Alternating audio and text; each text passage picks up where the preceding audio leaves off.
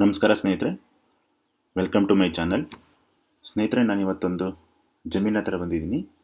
ಈ ಜಮೀನು ಬಂದು 4 ಎಕರೆ ಇರ್ತಕ್ಕಂಥ ಒಂದು ಖಾಲಿ ಜಮೀನು. ಇದು ಚಳ್ಳಕೆರೆಯಿಂದ ಕೇವಲ 12 ಕಿಲೋಮೀಟ್ರ್ ದೂರದಲ್ಲಿದೆ, ಅಂದರೆ 12 ಕಿಲೋಮೀಟ್ರ್ ಆಗುತ್ತೆ. ಚಿತ್ರದುರ್ಗದಿಂದ ಈ ಜಮೀನಿಗೆ 20 ಕಿಲೋಮೀಟ್ರ್ ಆಗುತ್ತೆ. ದಾವಣಗೆರೆಯಿಂದ ಈ ಜಮೀನಿಗೆ 80 ಕಿಲೋಮೀಟ್ರ್ ಆಗುತ್ತೆ. ಹಾಗೆ ಬೆಂಗಳೂರಿಂದ ಈ ಜಮೀನಿಗೆ 210 ಕಿಲೋಮೀಟ್ರ್ ಆಗುತ್ತೆ. ಬನ್ನಿ ಈ ಜಮೀನಿನ ಬೌಂಡ್ರಿ ನಾವು ಹೇಗಿದೆ ಅಂತ ನೋಡೋಣ. ಮೊದಲನೇದಾಗಿ ನಿಮಗೆ ಲೆಫ್ಟ್ ಸೈಡಲ್ಲಿ, ಅಂದರೆ ಈ ಜಮೀನಿನ ಎಡಭಾಗಕ್ಕೆ ಒಂದು ಚಿಕ್ಕದಾಗಿರ್ತಕ್ಕಂಥ ಒಂದು ಬದಿ ಕಾಣಿಸ್ತಾ ಇದೆ ನೋಡಿ, ಅದು ಈ ಜಮೀನಿನ ಎಡಭಾಗದ ಬೌಂಡ್ರಿ. ಹಾಗೆ ನಿಮಗೆ ಲಾಸ್ಟಲ್ಲಿ ಸುಮಾರು ಗಿಡಗಳು ಆಲ್ರೆಡಿ ಬೆಳ್ಕೊಂಡಿದ್ದಾವೆ ಬೌಂಡ್ರಿ ಲೈನಲ್ಲಿ, ಅಲ್ಲಿವರೆಗೂ ನಿಮಗೆ ಈ ಜಮೀನು ಹೋಗುತ್ತೆ. ಬದಿ ನಿಮಗೆ ಕ್ಲಿಯರಾಗಿ ಕಾಣಿಸ್ತಾ ಇದೆ ನೋಡ್ರಿ. ರೈಟ್ ಸೈಡಲ್ಲಿ ಸುಮಾರು ಮರಗಳು ಬೆಳ್ಕೊಂಡಿದ್ದಾವೆ, ಹೊಂಗೆ ಮರ ಆಗಿರ್ಬೋದು, ಜಾಲಿ ಮರ ಆಗಿರ್ಬೋದು.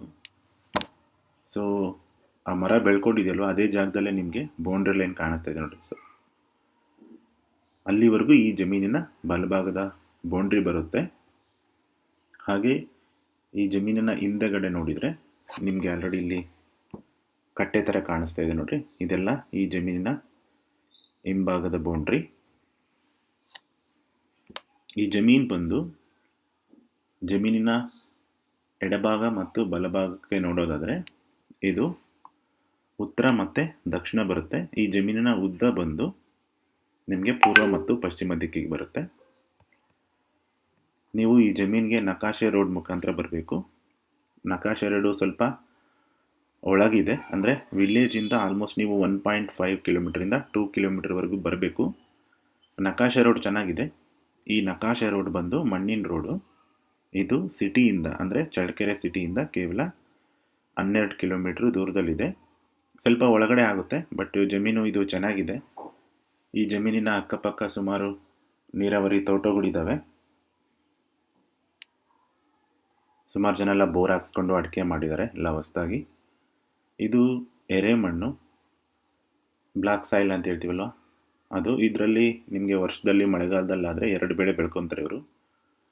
ಮಳೆಗಾಲದಲ್ಲಿ ಒಮ್ಮೆ ಬೆಳೆ ಬೆಳ್ಕೊಂಡ್ರೆ ಆ ಬೆಳೆ ಕಟಿಂಗ್ ಆದ ತಕ್ಷಣ ಈ ಚಳಿಗಾಲ ಬರುತ್ತಲ್ಲ, ಈ ಶೀತಕ್ಕೆ ಇಲ್ಲಿ ಕಡಲೆ ಪ್ಲಾಂಟೇಶನ್ ಮಾಡ್ತಾರೆ ನೋಡಿರಿ. ಇಲ್ಲಿ ಆಲ್ರೆಡಿ ಕಡಲೆ ಹಾಕ್ಕೊಂಡಿದ್ದಾರೆ. ಕಡಲೆ ಆಲ್ರೆಡಿ ಬೆಳೆ ಕಟ್ಟಿಂಗಿಗೆ ಬಂದಿದೆ. ಈ ಚಳಿಗಾಲಕ್ಕೇ ಇದು ಕಡಲೆ ಆಗೋಗ್ಬಿಡುತ್ತೆ ಇದು ಎರೆಮಣ್ಣಲ್ಲಿ. ಭೂಮಿ ಚೆನ್ನಾಗಿದೆ, ಇದು ತುಂಬ ಫಲವತ್ತಾಗಿರ್ತಕ್ಕಂಥ ಜಮೀನಿದು. ನೀವು ಇದರಲ್ಲಿ ಬೋರ್ ಹಾಕ್ಸ್ಕೋಬೇಕಾಗುತ್ತೆ.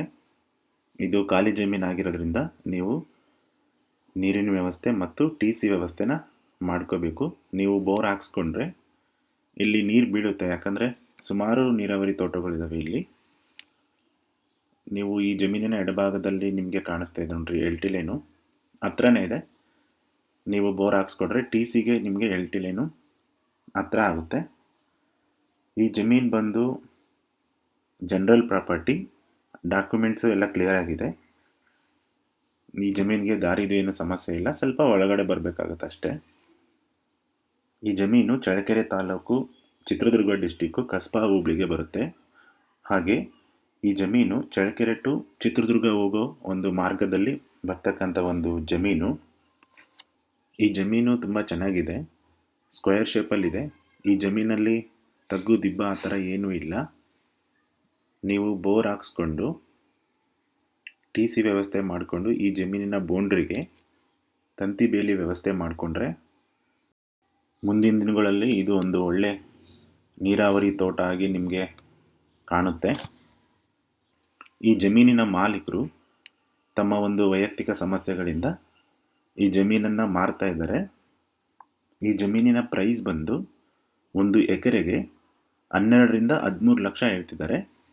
ನಿಮಗೆ ಯಾರಿಗಾದ್ರೂ ಇಂಟ್ರೆಸ್ಟ್ ಇದ್ದರೆ ನನಗೆ ನೀವು ಕಾಂಟ್ಯಾಕ್ಟ್ ಮಾಡ್ಬೋದು.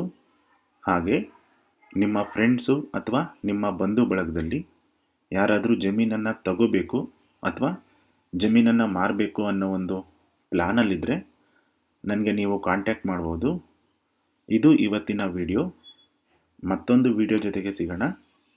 ಅಲ್ಲಿವರೆಗೂ ಯಾರೆಲ್ಲ ಈ ವಿಡಿಯೋನ ಹೊಸ್ದಾಗಿ ನೋಡ್ತಿದ್ದೀರಾ ದಯವಿಟ್ಟು ನಮ್ಮ ಚಾನಲನ್ನು ಲೈಕ್ ಮಾಡಿ, ಶೇರ್ ಮಾಡಿ, ಹಾಗೆ ಸಬ್ಸ್ಕ್ರೈಬ್ ಮಾಡಿ.